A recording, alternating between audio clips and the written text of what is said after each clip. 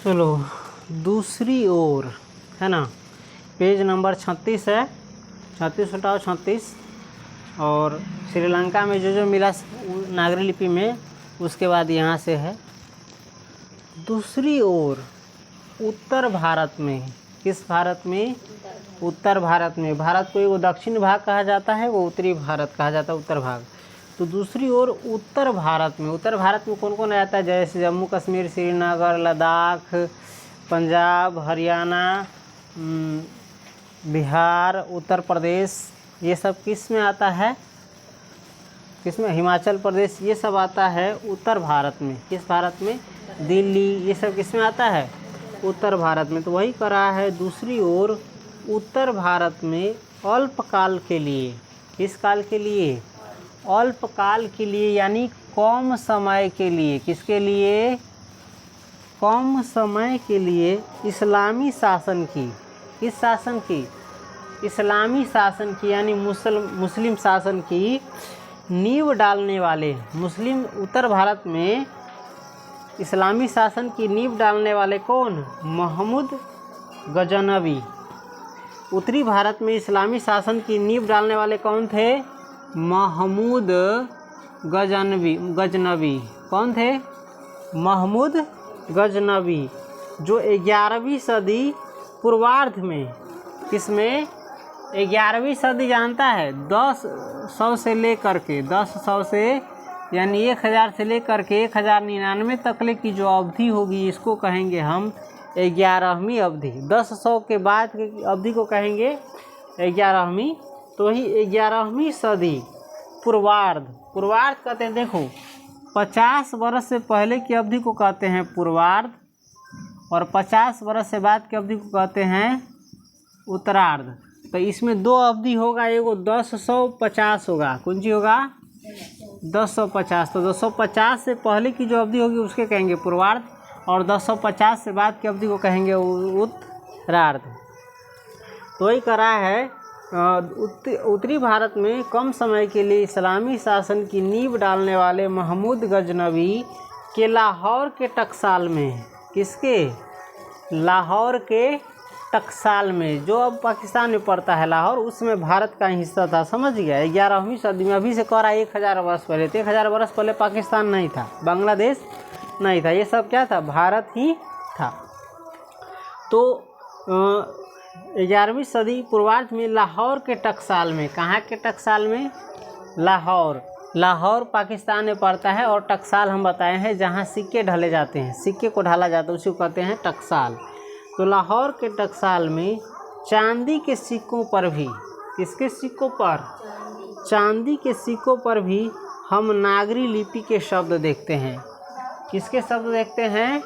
नागरी लिपि के शब्द। यानी आज जो हम हिंदी पढ़ रहे हैं उसका शब्द जो है 11वीं सदी में कहाँ देखा गया? लाहौर के जो टकसाल है, वहाँ पर जो सिक्के ढलते थे चांदी के, उसमें देखा गया है।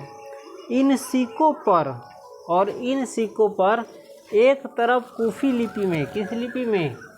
कूफी लिपि में कलमा अंकित है। इन सिक्के पर क्या अंकित है? कलमा अंकित है, मुस्लिमों का पढ़ने वाला कलमा। तो दूसरी तरफ नागरी लिपि में अंकित है। एक तरफ, सिक्का का दो तरफ होता है ना, तो एक तरफ कलमा लिखा गया है, कौन लिपि में? कूफी लिपि में। और दूसरी तरफ लिखा गया है कौन सी? देवनागरी लिपि में, जिसको नागरी कहा गया जाता है। नागरी देवनागरी दोनों एक ही चीज़ है। नागरी लिपि में अंकित है। और क्या लिखा हुआ है देख सकता है? अव्यक्तम एकम मुहम्मद अवतार नृपति महमूद। क्या अंकित है लिखा हुआ? अव्यक्तम एकम मुहम्मद अवतार नृपति महमूद। ये लिखा गया है सिक्का पर, देख सकता है, किताब में देखना चाहेगा तो ये चीज़ सिक्का पर लिखा गया है। अव्यक्तम एकम मुहम्मद अवतार नृपति महमूद, देख सकता है अपनी किताब में, यही लिखा हुआ है। किसमें? सिक्कों पर लिखा गया है। ये सिक्के 1028 में शुरू किए गए थे। और ये सिक्के जो है कब शुरू किए गए थे? 1028 में। देखो 1028 जो है 50 से पहले आता है, इसीलिए क्या कहा गया? पूर्वार्ध। अगर ये सिक्के 1050 के बाद ढाले जाते तो उसको कहते उत्तरार्ध में, है ना। स्मरण रहे यानी याद रहे कि लगभग इसी समय के यानी 1000-2800 की अवधि के आसपास ही के दक्षिण के चोड़ राजाओं के सिक्कों पर भी, दक्षिण के किस राजा के, चोड़ राजाओं के सिक्कों पर भी, देखो चोर नहीं है ये, चोड़ है ना, चोड़ राजाओं के सिक्कों पर भी नागरी लिपि में, है ना, इस राजा के सिक्के पर भी नागरी लिपि में लिखे गए शब्द देखने को मिलते हैं। कब? 1028 ईस्वी के आसपास ही, यानी 10वीं से 11वीं शताब्दी में ही। महमूद गजनवी के बाद, किसके बाद? महमूद गजनवी के बाद के मोहम्मद गौरी, अलाउद्दीन खिलजी, शेर शाह आदि शासकों ने भी अपने सिक्कों पर नागरी शब्द खुदवाए हैं। देखो उत्तरी भारत में इस्लामी शासन की नींव डालने वाले कौन है? महमूद गजनवी, है ना। और इनके बाद के शासक कौन कौन? मोहम्मद गौरी, कौन कौन? मोहम्मद गौरी। और भी इनके बाद के शासक है अलाउद्दीन खिलजी, कौन है? अलाउद्दीन खिलजी। और भी है कौन? शेर शाह। ये सभी शासक है, ये सभी क्या है? शासक है, यानी शासन करने वाले हैं, राजा है, सम्राट है ना, बादशाह है। ये सभी शासकों ने भी अपने सिक्कों पर किस नागरी शब्द क्या किए हैं? खुदवाए हैं। अपने सिक्कों पर क्या खुदवाए हैं? नागरी लिपि में शब्द खुदवाए हैं। बादशाह अकबर ने ऐसा सिक्का चलाया था, और इसके बाद बादशाह अकबर ने ऐसा सिक्का चलाया था जिस पर राम सीता की आकृति है। बादशाह अकबर ने कैसा सिक्का चलाया? ऐसा सिक्का चलाया जिस पर राम भगवान और सीता, है ना, इन दोनों की क्या है? आकृति है, चित्र है। तो परीक्षा में पूछ सकता है कि किसने अपने सिक्कों में राम सीता की आकृति बनाई? तो बोल सकता है किसने? अकबर ने। किसने? अकबर ने। ऑब्जेक्टिव की भी तैयारी करते हुए चलते हैं, लिख तो नहीं रहे, लिखेंगे तो बहुत ज़्यादा टाइम लग जाएगा, इसलिए बाकी जब हम ऑब्जेक्टिव की तैयारी कराएंगे तब ये सब क्या करेंगे? हम कवर करेंगे। फिलहाल बोली से ही याद रखो, किसने अपने सिक्कों पर राम सीता की आकृति बनवाई? अकबर ने। किसने? अकबर ने। और नागरी लिपि में ही उस पिक्चर में क्या लिखवाए? पिक्चर के नीचे रामसीय शब्द लिखवाए। क्या लिखवाए? रामसीय शब्द अंकित है। किसके सिक्कों पर? अकबर के सिक्कों पर रामसीय शब्द भी लिखा है। और ये किस लिपि में लिखा है? देवनागरी लिपि में चाहे नागरी लिपि में। और हल्का सा हम लिपि के बारे में तुमको बताते हैं। अगर इसी चीज़ को इसमें लिखा गया रहता,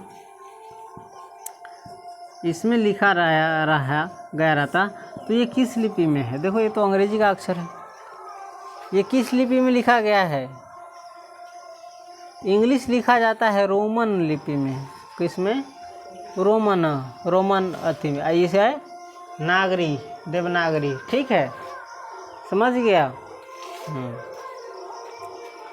उत्तर भारत के मेवाड़ के, कहाँ के? उत्तर भारत के मेवाड़ के गुहिल, सांभर अजमेर के चौहान, कन्नौज के गाहड़वाल, काठियावाड़ गुजरात के सोलंकी, आबू के परमार, जेजाक भुक्ती यानी बुंदेलखंड के चंदेल तथा त्रिपुरा के कलचुरी शासकों के लेख नागरी लिपि में ही है। देखो ये शासक का नाम जो हम बोल रहे हैं, शासक का नाम है उत्तर भारत में मेवाड़ के गुहिल। कौन सी? मेवाड़ जगह है और उसके गुहिल वहाँ के क्या है? शासक है। सांभर अजमेर के चौहान, सांभर अजमेर के शासक कौन है? चौहान। कन्नौज के गाहरवाल, और कन्नौज जो जगह है उसके शासक कौन है? गाहरवाल। काठियावाड़ गुजरात के कौन शासक है? सोलंकी। आबू के कौन है? परमार। जेजाक भुक्ती यानी बुंदेलखंड जंगल है, जंगल का है, बुंदेलखंड जगह है, उसके चंदेल तथा त्रिपुरा के जो शासक है कौन? कलचुरी। इन शासक के लेख भी किस लिपि में है? नागरी लिपि में है। अब थोड़ा सा देखो, ध्यान करना कैसे। त्रिपुरा के शासक कौन है? कलचुरी। कौन है? कलचुरी। इसको लिखेंगे बोर्ड पर बहुत ज़्यादा समय लग जाएगा, तो ये सब याद रख लेना। उत्तर भारत की इसी नागरी लिपि को हम देवनागरी नाम से जानते हैं। और उत्तर भारत की इसी जो लिपि है ये सब, इसको हम किस नाम से जानते हैं? देवनागरी लिपि के नाम से जानते हैं। उपर्युक्त जानकारी से स्पष्ट हो जाता है, और ऊपर जो जानकारी दिए हैं लिपि के बारे में उससे क्लियर हो जाता है, स्पष्ट हो जाता है कि ईसा की 8वीं-9वीं सदी से, है ना, ईसा की जब से प्रभु ईसा मसीह का जन्म हुआ वहाँ से 8वीं-9वीं सदी से, 8वीं-9वीं सदी कहेंगे 700 के बाद की अवधि को, 800 के बाद की अवधि को कहेंगे हम 700 की बाद की अवधि जो होगी 700 से लेकर के 799 तक, इसको कहेंगे 8वीं सदी। क्या कहेंगे? 8वीं सदी। 800 से 899 तक की जो अवधि होगी वो होगी 9वीं सदी। और इससे आगे बढ़ेंगे तो 10वीं सदी हो रहा है, शुरू हो जाएगा। देखो 1028 में ही सिक्का पर मिल गया कौन सी? नागरी लिपि। इसका मतलब है 1028 में ही तो इस लिपि का विकास नहीं हुआ होगा, लगभग इनसे 100-200 वर्ष पहले इस लिपि का विकास हुआ होगा, तब ने लिखा होगा, नहीं तो डायरेक्ट कैसे लिख सकता है? तो वही करा है। उपर्युक्त जानकारी से स्पष्ट हो जाता है, ऊपर की जो जानकारी है इनसे स्पष्ट हो जाता है कि ईसा की 8वीं-9वीं सदी से नागरी लिपि का प्रचलन सारे देश में था। ईसा की 8वीं-9वीं शताब्दी से जो है पूरे देश में, पूरे भारत में किस लिपि का प्रचार था? किस लिपि का प्रचार था, प्रचलन था? जो कौन लिपि चलता था भारत में? नागरी लिपि, यानी पूरे भारत में हिंदी लिखी जाती थी। यह एक सार्वदेशिक लिपि थी। और यह जो है कैसी लिपि थी? सार्वदेशिक, यानी देश के सारे भागों में इस लिपि का प्रचलन था। ये लिपि चलता था कौन? देवनागरी। आजकल देखे तो बहुत लिपि हो गया है, बहुत भाषा हो गया है। कहाँ? भारत में। बांग्ला का अलग लिपि है, उर्दू का अलग है, सब का अलग है ना। गुप्त काल की ब्राह्मणी लिपि किस काल की? गुप्त काल, यानी गुप्त वंश जो था, गुप्त शासक जो था उसके समय की, है ना, उसके समय की। टाइम ज़्यादा हो गई की है, चलो छुट्टी कर देते हैं। उसके समय की ब्राह्मणी लिपि, गुप्त काल के समय की ब्राह्मणी लिपि तथा बाद की सिद्धम लिपि, गुप्त काल के बाद के सिद्धम लिपि के अक्षरों के सिरों पर छोटी आड़ी लकीरें या छोटे ठोस तिकोन है। लेकिन नागरी लिपि की मुख्य पहचान यह है कि इसके अक्षरों के सिरों पर पूरी लकीरें बन जाती है। इसका जो अक्षर लिखते हो इस पर पूरी लकीरें बनती है ना, हाँ, तो और ये सिरे रेखाएं उतनी ही लंबी होती है जितनी कि अक्षरों की चौड़ाई होती है।